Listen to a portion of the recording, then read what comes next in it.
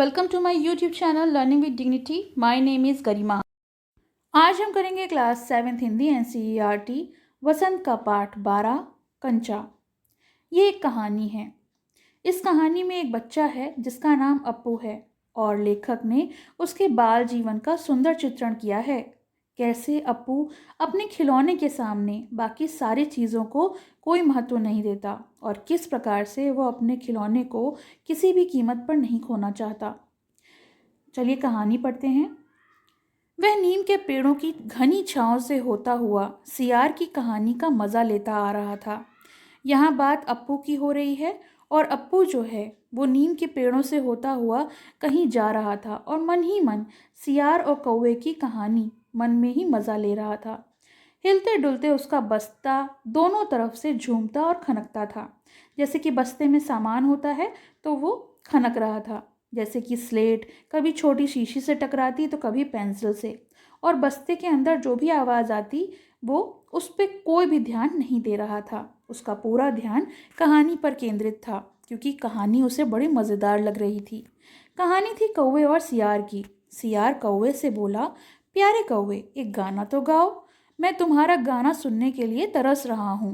कौवे ने गाना गाने के लिए मुंह खोला तो जो रोटी उसके मुंह में थी वो टुकड़ा ज़मीन पर गिर गया और सियार ने उसे उठा लिया और वो 9-2-11 यानी वहाँ से भाग गया और वो ज़ोर ज़ोर से हंसने लगा, बुद्धू कौवा।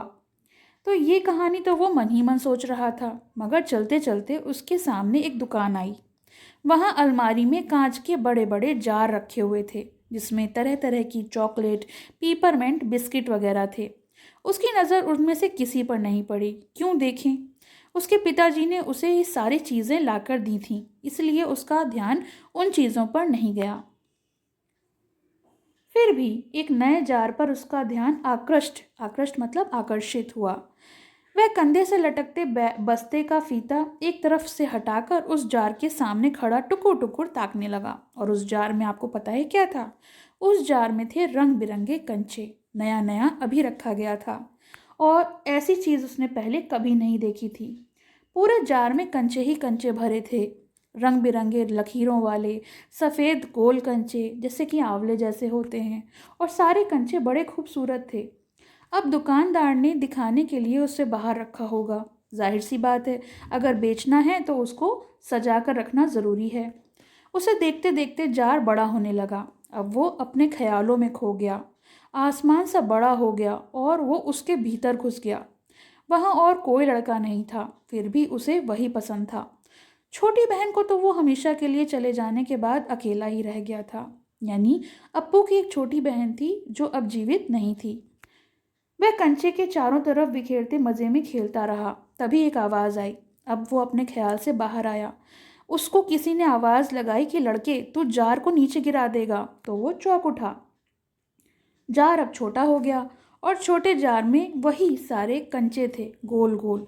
सिर्फ 2 जने थे वहाँ, एक तो वह और दूसरा बूढ़ा दुकानदार जिसकी दुकान थी। दुकानदार के चेहरे पर कुछ चिड़चिड़ाहट थी क्योंकि उसे ऐसा लग रहा था कि वो कंचे का जार गिरा देगा और नुकसान कर देगा। मैंने कहा ना, जो चाहते हो वो मैं निकाल कर दूंगा, तुम मत छुओ। वह उदास होकर खड़ा हो गया। क्या कंचा चाहिए? दुकानदार ने जार के ढक्कन को खोलना शुरू किया। उसने निषेध में सर हिलाया। निषेध मतलब रहना। उसने मना करने के इशारे किए और नहीं चाहिए। क्यों नहीं चाहिए? क्योंकि उसके पास पैसे नहीं थे। तो फिर सवाल खूब रहा। फिर उसने कहा कि क्या कंचा चाहिए? उसने कहा नहीं। उसे खुद ही नहीं मालूम था कि उसे कंचा चाहिए कि नहीं चाहिए। उसने कंचे को छू कर देखा। जार को छूने पर कंचे का स्पर्श करने का एहसास हुआ। अगर वह चाहता तो कंचा ले सकता था। लिया होता तो। स्कूल की घंटी सुनकर वह बस्ते को थामे हुए दौड़ पड़ा, क्योंकि जिस समय ये सब बात हो रही थी तभी उसके स्कूल का समय हो गया था और घंटी बजी तो स्कूल की तरफ वो दौड़ा। देर से पहुंचने वाले लड़कों को पीछे बैठना पड़ता है कि जैसे आप लोग क्लास में जाते हो और सबसे पहले पहुंचते हो तो सबसे आगे बैठते हो, और जब देर से पहुंचते हो तो आपको पीछे बैठना पड़ता है। उस दिन वो सबसे बाद पहुंचा था, इसीलिए चुपचाप जाकर पीछे बैठ गया। सब अपनी अपनी जगह पर थे। रमन अगली बेंच पर था। वह रोज समय पर आता था। तीसरी बेंच पर आखिर में मलिका के बाद अम्मू बैठी थी। जिस तरह से बच्चे आते हैं और अपने हिसाब से बैठते हैं, वैसे ही उसके दोस्त भी बैठे थे, लेकिन जॉर्ज दिखाई नहीं पड़ रहा था। लड़कों के बीच जॉर्ज ही सबसे अच्छे कंचे खेलता था। कितना भी बड़ा लड़का उसके साथ खेले, जॉर्ज से मात खाएगा। मात खाएगा मतलब हार जाएगा। जॉर्ज इतना अच्छा खेलता था, और ऐसा नहीं था कि हारने पर कुछ नहीं होगा। हारने पर उसे सज़ा मिलेगी।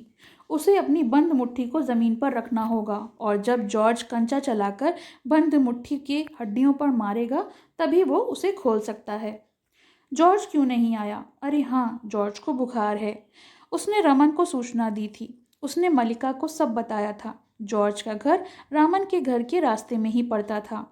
अप्पू कक्षा की तरफ ध्यान नहीं दे रहा था। उसका सारा ध्यान उन कंचों पर और जॉर्ज पर था। वो मन ही मन उन्हीं दोनों के बारे में सोच रहा था। मास्टर जी, उसने हड़बड़ी में पुस्तक खोलकर सामने रख ली, क्योंकि टीचर को देखते ही दिखाने के लिए पुस्तक खोलकर अक्सर बच्चे अपने सामने रख लेते हैं। रेलगाड़ी का सबक था। पाठ का नाम रेलगाड़ी था। रेलगाड़ी रेलगाड़ी। पृष्ठ 37 यानी पेज नंबर 37 खोलना था। घर पर उसने ये पाठ पढ़ लिया था। मास्टर जी बीच बीच में बेत से मेज पर ठोकते ऊंची आवाज में कह रहे थे, बच्चों, तुम में से कई ने रेलगाड़ी देखी होगी।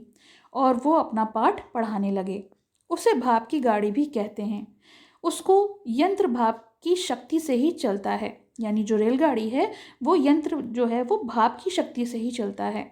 भाप का मतलब पानी से निकलती हुई भाप। आपने देखा होगा कि ट्रेन जो है उसमें कोयला डाला जाता है, और उसकी ही जो पावर जनरेट होती है उससे ही ट्रेन चलती है। और इसी तरह से टीचर वो पढ़ा रहे थे। तुम लोगों ने घर में चूल्हे भी देखे होंगे। अप्पू ने भी सोचा, रेलगाड़ी। उसने रेलगाड़ी देखी है। छुक छुक, यही रेलगाड़ी। वह भाप की भी गाड़ी का मतलब उसने कुछ भी ध्यान नहीं दिया जो भी टीचर पढ़ा रहे थे। मास्टर जी की आवाज़ अब कम ऊंची थी। वह रेलगाड़ी के हर एक हिस्से के बारे में समझा रहे थे। पानी रखने के लिए खास जगह है। इसे अंग्रेजी में बॉयलर कहते हैं। यह लोहे का बड़ा पीपा होता है। लोहे का एक बड़ा कांच का जार। उसमें हरी लकीरदार गोल सफ़ेद कंचे, बड़े आंवले जैसे। जॉर्ज जब अच्छा होकर आ जाएगा तब उससे कहेगा। उस समय जॉर्ज कितना खुश होगा। सिर्फ वह दोनों खेलेंगे और किसी के साथ वो नहीं खेलेगा। यानी अप्पू जो था वो पूरी तरीके से कक्षा में नहीं था। उसका पूरा ध्यान इस बात पर था कि जब जॉर्ज आएगा तो वो जॉर्ज के साथ खेलेगा। उसके चेहरे पर चौक का टुकड़ा आ गिरा। जैसे टीचर जब पढ़ाता है और आप ध्यान ना दो तो टीचर चौक का टुकड़ा मार के आपको अनुभव कराता है कि वो क्लास में नहीं है। इसी तरीके से उसके टीचर ने भी उसकी तरफ एक चौक का टुकड़ा मारा। अनुभव के कारण वह उठकर खड़ा हो गया। मास्टर जी बहुत गुस्से में थे।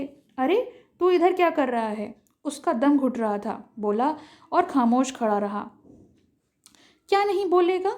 वह अप्पू के पास पहुंचे। सारी कक्षा जो थी उसकी तरफ देख रही थी, और घबराहट भी बढ़ गई थी, क्योंकि अब सबको लग रहा था कि अब अप्पू को सज़ा मिलेगी।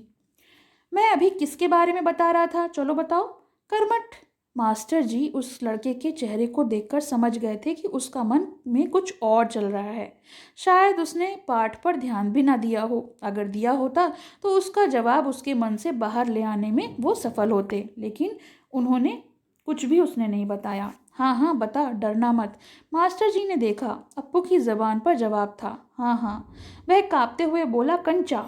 अब उसके मन में तो कंचा वर्ड था, तो उसके मुंह से कंचा निकला। वह सकपका गए। कक्षा में भूचाल आ गया। Stand up. मास्टर साहब की आंखों में चिंगारियां सुलग रही थीं। अप्पू रोता हुआ बेंच पर चढ़ा। पड़ोसी कक्षा की टीचर भी दरवाजे से झांक कर देखी, मगर वो सम्मिलित नहीं हुई, सिर्फ हंसने लगी। रोकने की पूरी कोशिश करने पर भी वो अपना दुख रोक नहीं सका और सुबकता रहा। उसको अपनी बेइज्जती महसूस हो रही थी। रोते रोते उसका दुख बढ़ता ही चला गया। सब उसकी तरफ देख देख कर उसकी हंसी बना रहे थे, जितने भी बच्चे थे। बेंच पर खड़े खड़े उसने सोचा, दिखा दूंगा सबको, जॉर्ज को आने दो। जॉर्ज जब आएगा तो जॉर्ज के आने पर वह कंचे खरीदेगा। इनमें से किसी को वह खेलने के लिए बुलाएगा नहीं। कंचे को देखकर सबको ललचवाएगा, और इतने खूबसूरत कंचे हैं कि सबको वो जलाएगा। हरी हरी लकीर वाले सफ़ेद गोल कंचे, आंवले जैसे। शक हुआ, कंचा मिले कैसे? क्या मांगने पर दुकानदार देगा?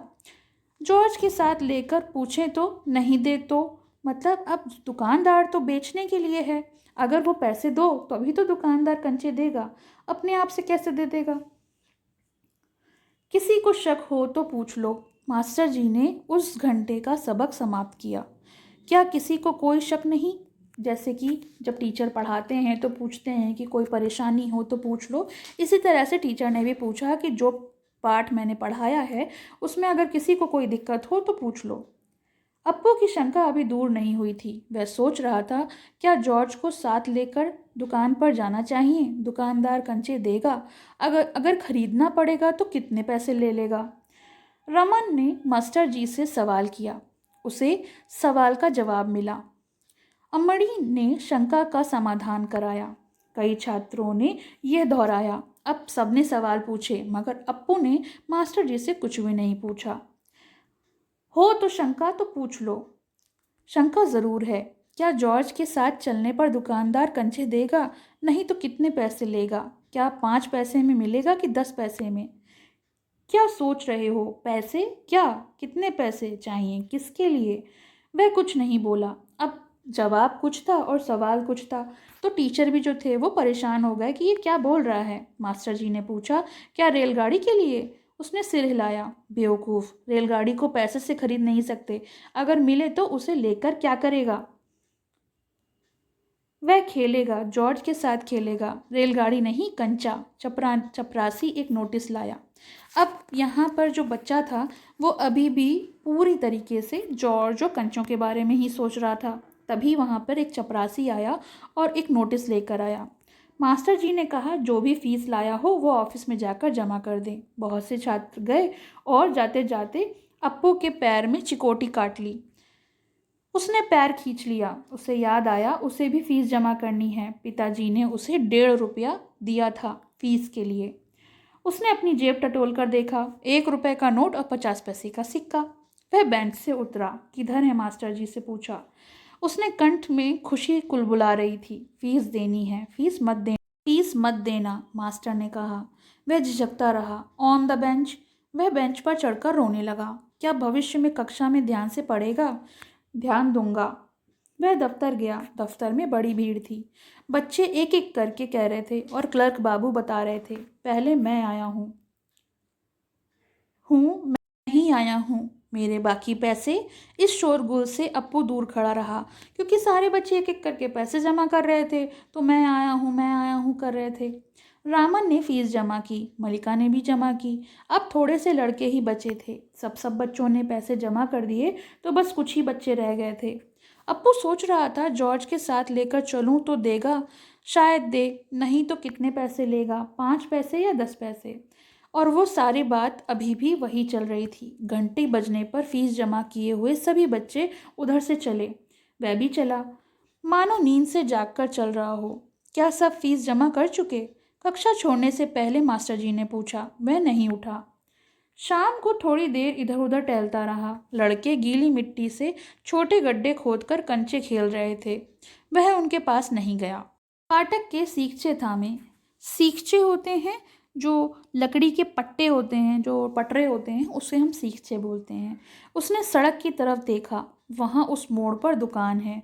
दुकान में अलमारी। बाहर खड़े खड़े छू सकेगा। अलमारी में शीशे के जार हैं। उसमें से एक जार में पूरा बस्ता कंधे पर लटकाए वह चलने लगा। दुकान नज़दीक आ रही है। उसकी चाल भी तेज हो गई। अलमारी के सामने खड़ा हो गया। दुकानदार हंसा। उसे मालूम था दुकानदार उसका इंतज़ार कर रहा है। वह भी हंसा। कंचा चाहिए ना? उसने सिर हिलाया। अबकी से सर हाँ में हिलाया। दुकानदार जार का ढक्कन जब खोलने लगा तो अप्पू ने पूछा, अच्छे कंचे हैं ना? बढ़िया, फर्स्ट क्लास कंचे हैं। तुम्हें कितने कंचे चाहिए? कितने कंचे चाहिए? उसने जेब में हाथ डाला। 1 रुपया और 50 पैसे हैं। 1.5 रुपया निकालकर उसने पैसे दिखाए। दुकानदार चौंक गया। इतने सारे पैसों के कंचे चाहिए? पहले कभी किसी लड़के ने इतनी बड़ी रकम से कंचे नहीं खरीदे थे। इतने कंचों की क्या ज़रूरत? वह मैं नहीं बताऊंगा। दुकानदार समझ गया। वह भी किसी जमाने में बच्चा था। अब दुकानदार जो था उसका मन भी पहले बच्चे ही जैसे था, उसके साथ ही मिलकर खरीद रहे होंगे, यही उनके लिए खरीदने आया होगा। तो दुकानदार ने ये सोचा कि जो अप्पू है वो केवल खुद के लिए नहीं बाकी बाकी सारे बच्चों के लिए भी कंचे खरीदने आया होगा, तभी तो वो 1.5 रुपए के कंचे खरीद रहा है। वह कंचे खरीदने की बात जॉर्ज के सिवा और किसी को बताना भी नहीं चाहता था। दुकानदार ने पूछा, क्या तुम्हें कंचे खेलना आता है? तो उसने कहा वह नहीं जानता। तो फिर कैसे कैसे सवाल पूछ रहा था, उसका धीरज जवाब दे रहा था। अब वो दुकानदार को कोई जवाब देना नहीं चाहता था। उसने कहा 2। दुकानदार हंस पड़ा, वह भी हंस पड़ा। कागज की पोटली छाती से चिपटाए वह नीम के पेड़ों की छांव में चलने लगा। कंचे अभी उसकी हथेली में थे, वह चाहे बाहर निकाल ले। उसने पोटली हिलाकर देखा, वह हंस रहा था। उसका जी चाहता था काश पूरा जार उसे मिल जाता। जार मिलता तो उसे छूने में कंचे कितने अच्छे लगते। एकाएक उसे शक हुआ, क्या सब कंचों में लकीरें होंगी? उसने पोटली खोलकर देखने का निश्चय किया। बस्ता नीचे रखकर वो धीरे से पोटली खोलने लगा और पोटली खुलते ही सारे कंचे सड़क पर बिखर गए। ये देखिए कंचे और ये देखिए अप्पू। क्षण भर सकपकाने के बाद वो उसे चुनने लगा। हथेली भर गई, वह चुने हुए कंचे कहाँ रखे। अब कंचे तो बिखर गए थे, जो थैला था वो फट गया था। अब कंचों को रखे कहाँ? तो उसने सोचा कि स्लेट और किताब को बस्ते से बाहर निकालकर कंचे को बस्ते में रख लेते हैं। 1 2 3 4। एक कार सड़क पर ब्रेक लगा रही थी, क्योंकि वो सड़क के बीचों बीच था और कंचे भी फैले हुए थे। तभी वहाँ एक कार आई। उस वक्त भी कंचे उसे चुनने में वो मग्न था। उसने ये भी नहीं देखा कि उसके सामने एक कार आकर रुकी है। ड्राइवर को इतना गुस्सा आया कि उस लड़के के कंचे खा जाने की इच्छा हुई। उसने बाहर झांक कर देखा वह लड़का क्या कर रहा है। हॉर्न की आवाज़ सुन कंचे चुनता अप्पू के बीच सिर में उठाकर देखा। सामने देखा तो एक मोटर के अंदर एक ड्राइवर बैठा हुआ था। उसने सोचा, क्या कंचे उसे भी अच्छे लग रहे हैं? शायद वह भी मज़ा ले रहा है। कंचा उठाकर उसे दिखाया और हंसा, बहुत अच्छे हैं ना? ड्राइवर का गुस्सा हवा हो गया और वो हंस पड़ा। बस्ता कंधे पर लटकाए स्लेट किताब शीशी पेंसिल सब छाती से चिपकाए वो घर चला गया। अब जितनी चीज़ें बस्ते के अंदर थीं वो तो उसने सीने से लगा ली, और बस्ते में क्या रख लिए? कंचे। उसकी माँ शाम की चाय तैयार कर रही थी और उसकी राह देख रही थी। बरामदे में बेंच पर स्लेट और किताबें फेंककर वो दौड़कर माँ के गले लग गया। उसने उसके देर से लौटने पर माँ घबरा गई थी। उसने बस्ता जोर से हिलाकर दिखाया। अरे ये क्या है? माँ ने पूछा। मैं नहीं बताऊंगा। मुझसे नहीं कहेगा तो फिर किससे कहेगा? माँ से कहा, आंखें बंद कर लो। जैसे कि हम लोग कहते हैं ना, आंखें बंद करो तो दिखाऊंगा। और जैसे ही माँ ने आंखें बंद करी उसने गिना 1 2 3। माँ ने आंखें खोलकर देखा तो बस्ते में कंचे ही कंचे थे। वह हैरान हो गई, इतने सारे कंचे कहाँ से लाया? खरीदे हैं। पिताजी की तस्वीर की ओर इशारा करते हुए उसने कहा, दोपहर में दिए थे ना? माँ ने दांतों तली उंगली दबाई। अब माँ को बहुत ज़्यादा आश्चर्य हुआ। फीस के पैसे से कंचे खरीद लिए? आखिर खेलेगा किसके साथ? उस घर में तो सिर्फ वही है। उसके बाद एक मुन्नी हुई थी, उसकी छोटी बहन, मगर अब तो वो जीवित नहीं है। और ये कहकर माँ रोने लगी। उसकी माँ रो रही है। अप्पू नहीं जान सका कि माँ क्यों रो रही है। क्या कंचा खरीदने से? ऐसा तो नहीं हो सकता। तो फिर? उसकी आंखों के सामने बूढ़ा दुकानदार, कार का ड्राइवर खड़े खड़े हंस रहे थे। वह सब पसंद करते थे, सिर्फ माँ को ही कंचे क्यों पसंद नहीं आए? बच्चे का मन क्या समझे कि माँ ने अपनी बच्ची को खोया था, और जब वो ये बात कर रही थी तो उसे अपनी छोटी बच्ची जो अब जीवित नहीं थी उसकी याद आ गई थी। इसी कारण माँ की आंखों में आंसू थे। शायद कंचे अच्छे नहीं हैं। बस्ते से आंवले जैसे कंचे निकालते हुए उसने कहा, बुरे कंचे हैं ना? नहीं, अच्छे हैं, देखने में बहुत अच्छे लगते हैं, बहुत अच्छे लगते हैं। वह हंस पड़ा। उसकी माँ भी हंस पड़ी। आंसू से गीले माँ के गाल उसने पोंछे और अपना गाल सटा दिया। इससे दिल की खुशी छलक रही थी और वो दोनों एक दूसरे को गले लगाकर बहुत खुश थे, क्योंकि बच्चों का बाल मन जो होता है वो किसी भी चीज़ की चिंता नहीं करता। हम बड़े हो जाते हैं तो हमको अच्छा बुरा ये वो सब सामने आता है, लेकिन जो बच्चे हैं जिनका मन जो है कहीं अटक जाए तो वो केवल उसी के बारे में सोचते हैं, तभी तो वो बच्चे कहलाते हैं। तो ये कहानी तो ख़त्म हो गई। चलिए प्रश्नोत्तर देख लेते हैं। कंचे जब जार से निकलकर अप्पू के मन की कल्पना में समा जाते हैं तब क्या होता है? तो उत्तर है, कंचे जब जार से निकलकर अप्पू की मन की कल्पना में समा जाते हैं तब अप्पू जो है वो पूरी तरह से सम्मोहित हो जाता है। कंचों का जार का आकार आसमान के समान बहुत ऊंचा हो जाता है और वो इसके भीतर अकेला है। वह चारों ओर बिखरे हुए कंचों से मज़े से खेल रहा है। मास्टर जी कक्षा में एक पाठ पढ़ा रहे हैं जिसका नाम है रेलगाड़ी। उसे मास्टर जी द्वारा बनाया गया बॉयलर भी कंचे की जार जैसा ही नज़र आता है। इस चक्कर में मास्टर जी से उसे डांट भी खानी पड़ती है क्योंकि उसका दिमाग तो केवल कंचों के खेल में ही चल रहा था। प्रश्न 2, दुकानदार और ड्राइवर के सामने अप्पू की क्या स्थिति है? वह दोनों उसको पहले देखकर परेशान होते हैं, फिर हंसते हैं। कारण बताइए। तो उत्तर है, दुकानदार और ड्राइवर के सामने अप्पू जो है एक छोटा सा चंचल बालक है। पहले तो दुकानदार उससे परेशान होता है क्योंकि वह कंचों को देख रहा है, खरीद नहीं रहा, कहीं जार टूट जाए तो। परंतु जब अप्पू कंचे खरीद लेता है तो वो हंस पड़ता है। अप्पू कंचे खरीदकर जब सड़क पर जा रहा होता है तो कंचे बिखर जाते हैं। तभी वहाँ तेज़ रफ्तार से एक कार आती है जिसका ड्राइवर उसे देखकर परेशान हो जाता है। लेकिन जब अप्पू इशारा करके अपना कंचा दिखाता है तो कंचे का लगाव देखकर वो हंसने लगता है। इस तरह से वह दोनों उसको देखकर पहले परेशान होते हैं और फिर हंसते हैं। मास्टर जी की आवाज़ अब कम ऊंची थी। वह रेलगाड़ी के बारे में बता रहे थे। मास्टर जी की आवाज़ धीमी क्यों हो रही होगी, लिखिए।